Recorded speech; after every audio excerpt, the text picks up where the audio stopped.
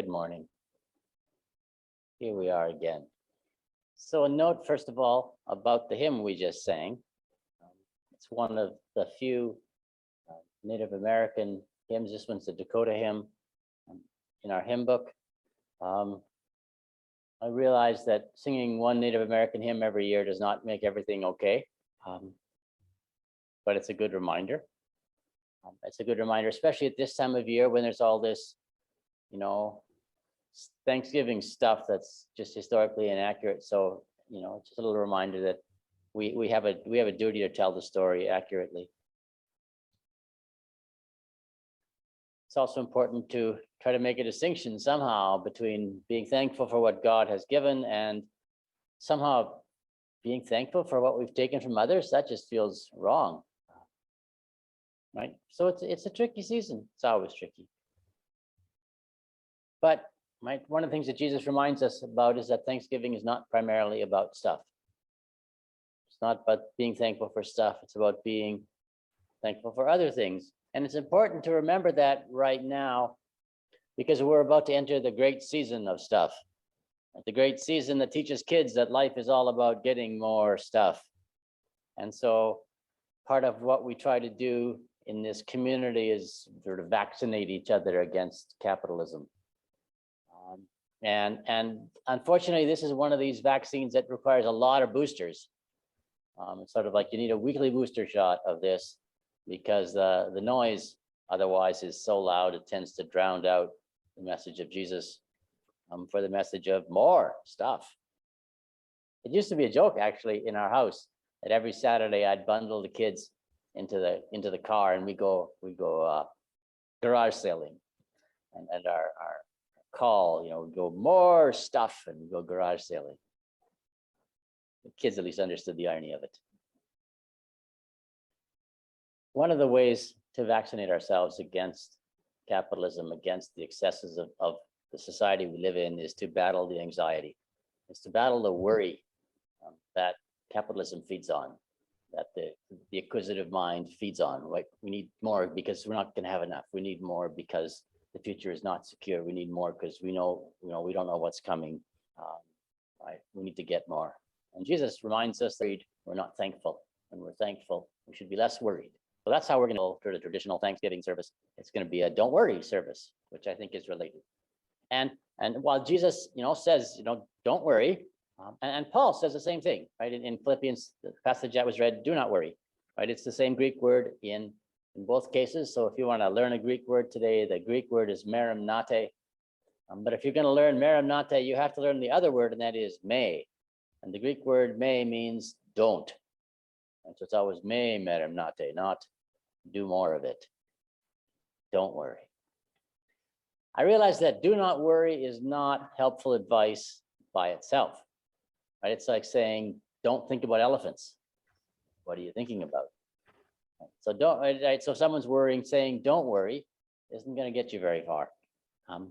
But that's not what these passages say. They don't say don't worry. They say don't worry, but do this instead. So they give us alternatives.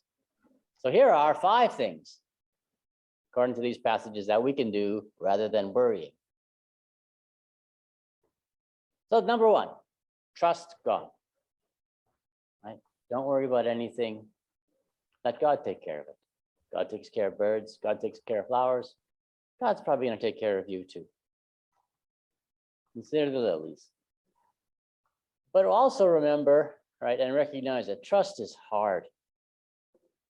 Right? Because trust is earned.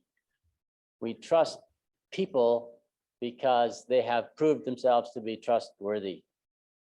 And we don't trust certain people because they have proved they're not trustworthy. Right? Trust requires experience.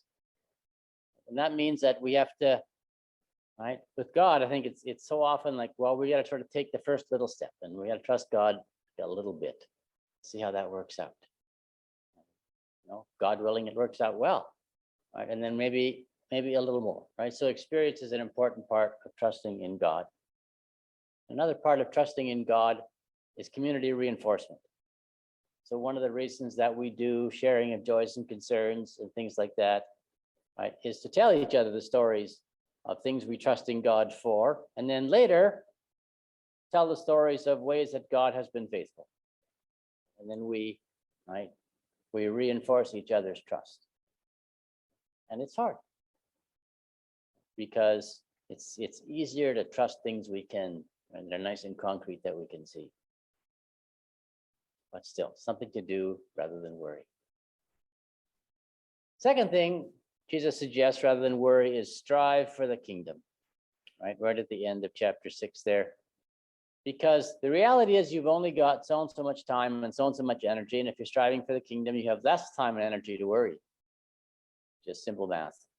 Only so and so many hours in a day. You can sit there and worry, or you can get out there and do something. Strive for the kingdom.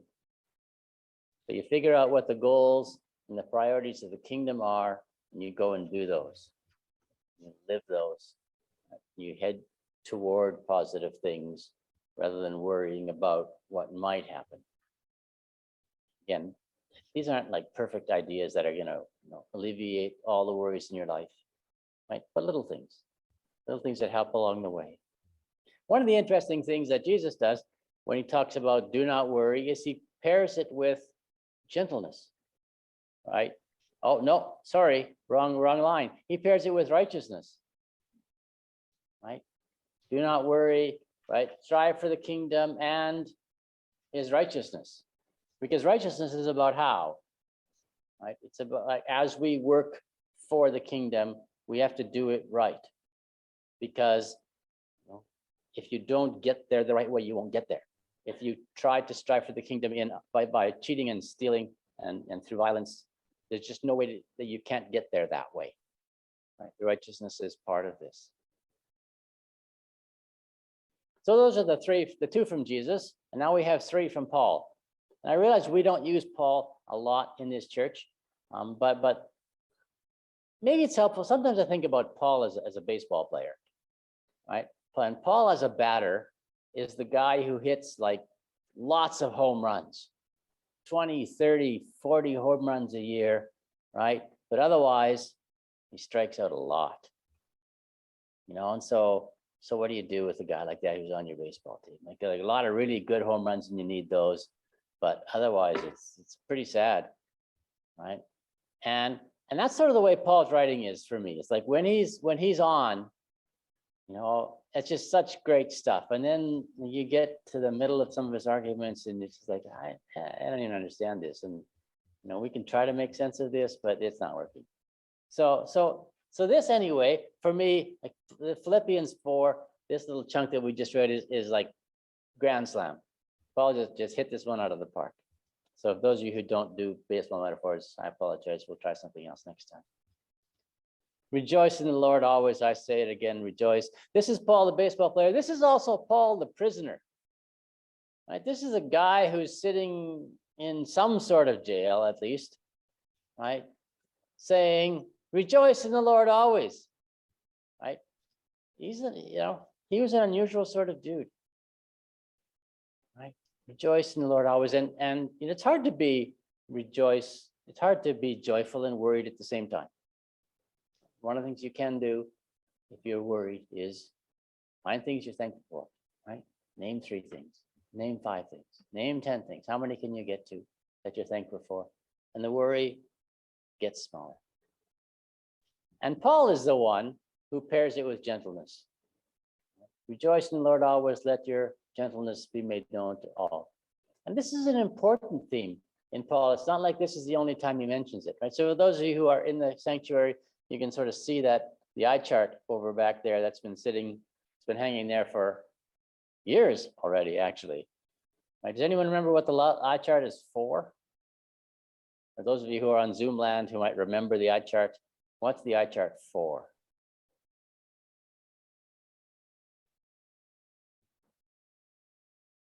Well, obviously I need to remind you then, because you don't remember what it's for, right? Those are the fruit of the Spirit, right? LJP, right? Love, joy, peace, patience, kindness, goodness, faithfulness, gentleness, self-control. The second G, bottom little letters, gentleness. So this is an idea that's important to Paul. But again, it's about the how. And again, gentleness isn't like this, ultimate solution to everything. but it's an important part of how we live our lives here in this world. So third one, rejoice. Fourth one, tell God. Let it be God's problem. This is not right, because there's problems. Not like don't worry means you're not going to have any problems. What do you do with your problems? You give them to God. You do your part, yes, but it's God's problem. And then finally, the last one is actually from the beginning of the reading in Philippians, where Paul is saying, look, I urge these two women to get along. I always try to imagine this scene. So in the ancient world, Paul somewhere wrote a letter. And as he's writing this, and then he sends this letter off. Right? But the way they did that in Paul's day, as best we can understand, is that they sent someone with the letter who basically had it memorized. Right? And the writing was just sort of to help their memory. And so you sent a person as much as you sent a letter, and this person's job was to perform the letter for the group that it was meant for. Right? So a person shows up as much as a letter shows up from Paul. And so the community gathers together to greet this person and, you know, eat a little bit together and then have that person give the letter to them, not for them to take home, but to do like this. Right? And so this person is up there speaking to the gathered group in Philippi, this dozen, 2 dozen, 3 dozen people, whatever it is, you know, but a small group.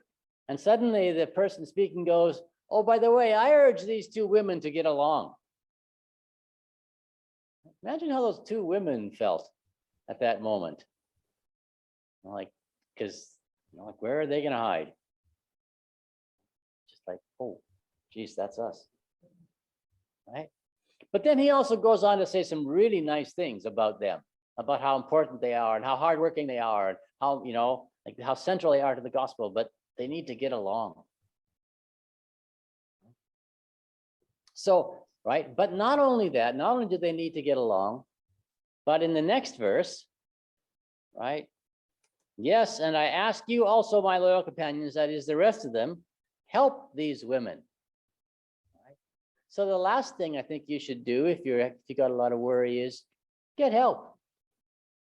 Right? And if you know, if you have a friend who's worrying a lot, help them. You don't have to be a professional psychologist, right, or a trained counselor to help people. This is our task to do for each other. The reason I started with verse 2 rather than verse 4, where we usually start, is because this little note here about Euodia and Syntyche grounds what's being said in real life problems. There's two actual people there who aren't getting along. And so this isn't just like airy-fairy, oh, be happy, it's okay. This is like, no, you got some people here aren't getting along. This is a real problem. We got to deal with this. But once we deal with this, then we're ready to rejoice. So it's a real life problem, and it's the community's problem. In fact, these two women don't get along is affecting the whole community. It's everybody's problem to help them get along. I realize that for many of us in our religious upbringing, worry was okay, or worry was bad. And when you worried, that meant that you felt guilty. But once you felt guilty, then you knew you were okay because guilty was the way you were supposed to feel as a Christian. And we don't want to go there, right? Just, you know, don't say, well, I am worried, so I should feel guilty, because that's what I do. Do what you can. Fix what is broken. Strive for God's kingdom. Doesn't have to be more complicated than that. Our last song starts out by singing something that's not exactly true. Right? Number 747 starts out, we plow the fields and scatter.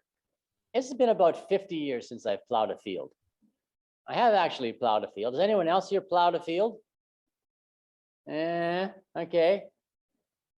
So like, yeah.